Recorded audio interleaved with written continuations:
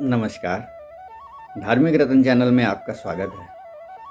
जैसा कि आप जानते हैं, इस चैनल के माध्यम द्वारा हम श्री राम कथा धारावाहिक रूप में प्रस्तुत कर रहे हैं।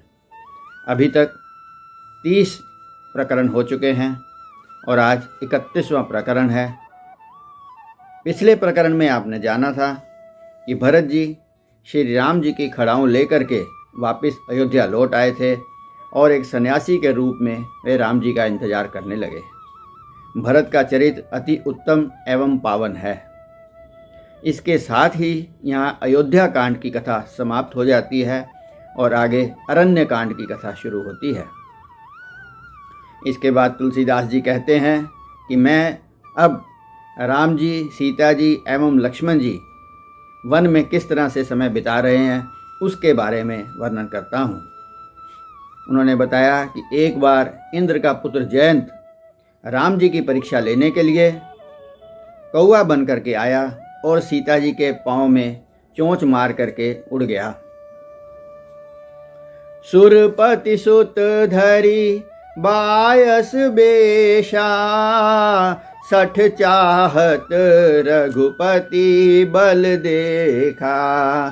सीता चरण चोंच हति भागा, मूढ़ मंदमति कारण कागा।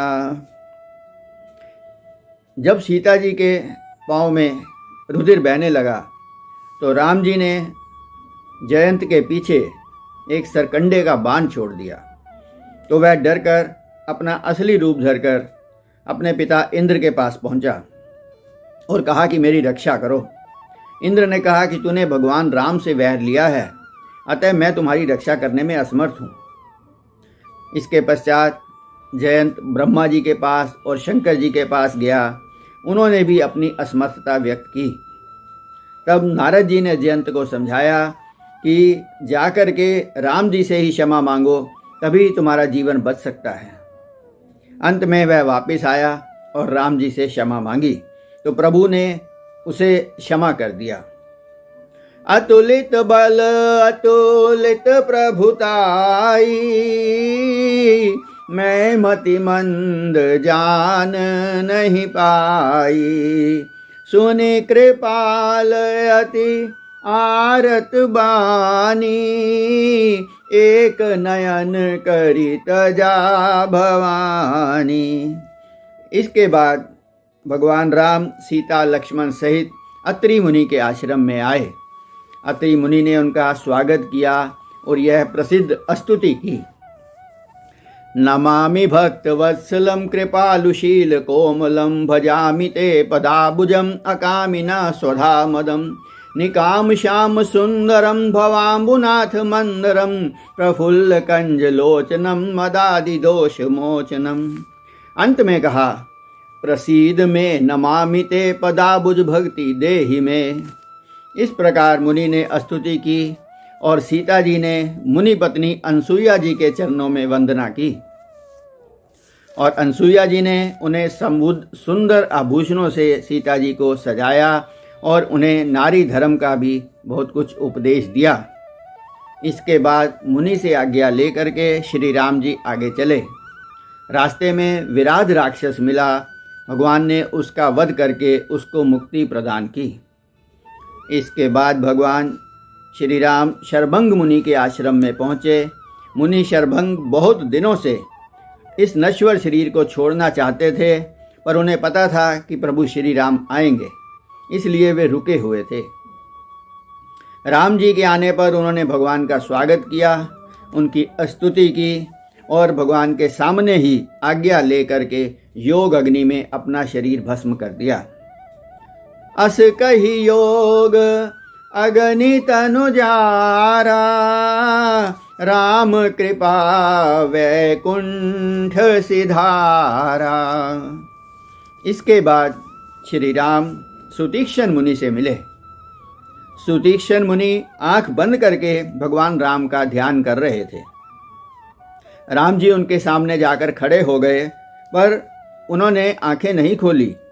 तब राम जी ने उनके हृदय से अपना चतुर्भुज रूप हटा दिया तो सुतीक्षण ने बेचैन होकर के ज्यों ही आंखें खोली तो देखा भगवान राम साक्षात सामने खड़े हैं। तो वे उनको प्रणाम करके नाचने लगे। फिर उन्होंने भगवान को अपने आश्रम में ला करके उनकी बहुत स्तुति की और यह वरदान मांगा, अनुज जानकी सहित प्रभु चाप बाण धर राम, मम हिय गगन इंदु इव बसहु सदा निह काम। सियापति राम जय जय राम, मेरे प्रभु राम जय जय राम।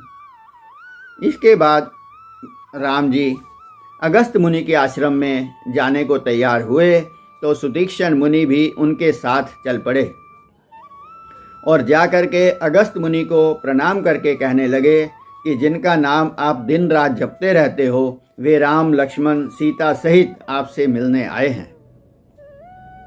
नाथ कौशलाधीश कुमारा आए मिलन जगत आधारा, राम अनुज समेत वैदेही, निस दिन देव जपत हूँ जेही। यह सुनकर मुनि अगस्त तुरंत ही अपनी कुटिया से बाहर आए और राम जी का स्वागत करके उन्हें अंदर ले गए। सादर कुशल पूछी मुनि ज्ञानी, आसन बर बैठारे आनी। पुनि करी बहु प्रकार प्रभु पूजा, मोहि सम भाग्यवंत नहीं दूजा।